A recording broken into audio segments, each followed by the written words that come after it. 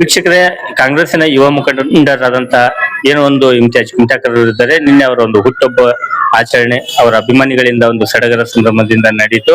ಇದೇ ವಿಷಯಕ್ಕೆ ಸಂಬಂಧಪಟ್ಟಂತೆ ನಿನ್ನೆ ಇಮ್ತಿಯಾಜ್ ಕುಂಟಾಕರ್ ಅವರು ಕೂಡ ತಮ್ಮ ಕುಟುಂಬದ ಸಮೇತವಾಗಿ ಏನೋ ಒಂದು ವೃದ್ಧಾಶ್ರಮ ಇದೆ, ಅನಾಥಾಶ್ರಮ ಇದೆ ಅಂತಲ್ಲಿ ಹೋಗಿ ಒಂದು ಊಟ ಬಟ್ಟೆಗಳನ್ನು ಹಂಚಿ ಬಂದಿದ್ದಾರೆ.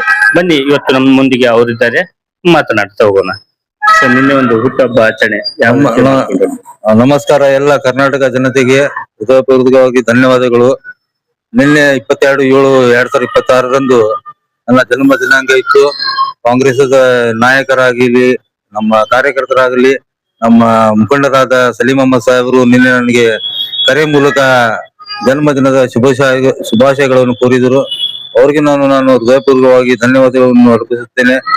ನಿನ್ನೆ ದಿವಸ ನಾವು ನಮ್ಮ ಕುಟುಂಬ ಸಹಿತ ಹುಟ್ಟುಹಬ್ಬದ ಅಂಗವಾಗಿ ನಿನ್ನೆ ಅಲ್ಲಿ ಒಂದು ಮಂಟೂರು ರಸ್ತೆಯಲ್ಲಿ ಓಲ್ಡ್ ಏಜ್ ಹೋಮ್ ಅಲ್ಲಿ ಹಿರಿಯ ನಾಗರಿಕರು ಇದ್ರು.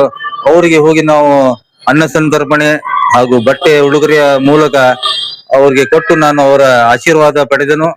ಹಾಗೂ ಅನಾಥಾಶ್ರಮದ ಮದ್ರಸಾದಲ್ಲಿ ಇದ್ದ ಮಕ್ಕಳಿಗೆ ನಾನು ಹೋಗಿ ನನ್ನ ಕುಟುಂಬ ಸಹಿತ ಅವರಿಗೇನು ನಾನು ಅನ್ನ ಸಂತರ್ಪಣೆ ಮಾಡಿ ಅವರಿಂದನೂ ನಾನು ಆಶೀರ್ವಾದ ಪಡೆದೇನು. ಹಾಗೂ ನನ್ನ ಕಾರ್ಯಕರ್ತರು, ಗೆಳೆಯರು ಹಾಗೂ ಕಾಂಗ್ರೆಸ್ದ ಮುಖಂಡರು ಎಲ್ಲರೂ ನನಗೆ ಕರೆ ಮೂಲಕ ಹುಟ್ಟುಹಬ್ಬದ ಅಭಿನಂದನೆ ಶುಭಾಶಯಗಳನ್ನು ಕೋರಿದರು. ಎಲ್ಲರಿಗೂ ನಾನು ನಿಮ್ಮ ಮಾಧ್ಯಮದ ಮೂಲಕ ಎಲ್ಲರಿಗೂ ನಾನು ಧನ್ಯವಾದಗಳನ್ನು ಅರ್ಪಿಸುತ್ತೇನೆ. ನಾನು ಇಮ್ತಿಯಾಜ್ ಕುಂಟಾಕರ್, ಕಾಂಗ್ರೆಸ್ದ ಯುವ ನಾಯಕ. ಸರ್, ಈ ಹಿಂದೆ ಹುಟ್ಟುಹಬ್ಬಗಳನ್ನು ಆಚರಣೆ ಮಾಡ್ಕೊಂಡಿದ್ರ, ಈ ವರ್ಷ ಯಾವ ರೀತಿಯಲ್ಲಿ ವಿಶೇಷವಾಗಿತ್ತು? ಈ ವರ್ಷ ವಿಶೇಷವಾಗಿದ್ದು ನಾನು ಓಲ್ಡ್ ಏಜ್ ಹೋಮ್ ಅಲ್ಲಿ ಹೋಗಿ ನಾನು ನೋಡಿದೆ.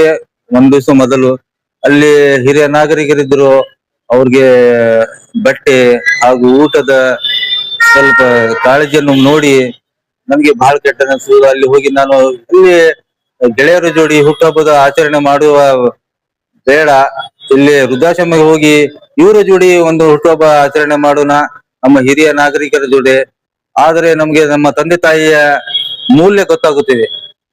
ಅವರ ನಮ್ಗೆ ಯಾವ ತರ ಸಾಕಿದ್ದಾರೆ, ಆ ಮಕ್ಕಳು ಅವ್ರಿಗೆ ಅಲ್ಲಿ ವೃದ್ಧಾಶ್ರಮದಲ್ಲಿ ಬಿಟ್ಟು ಹೇಗೆ ಜೀವನ ಮಾಡ್ತಾರೆ ಅಂತ ನಂಗೆ ನೋಡುವ ಒಂದು ಆಸೆ ಇತ್ತು. ಅವ್ರ ಜೋಡಿ ನಾನು ಆ ಒಂದು ಸಮಯ ಅವ್ರ ಜೋಡಿ ನಾನು ಮಾಡಿದ ನನ್ಗೆ ಬಹಳ ಸಂತೋಷವಾಯಿತು.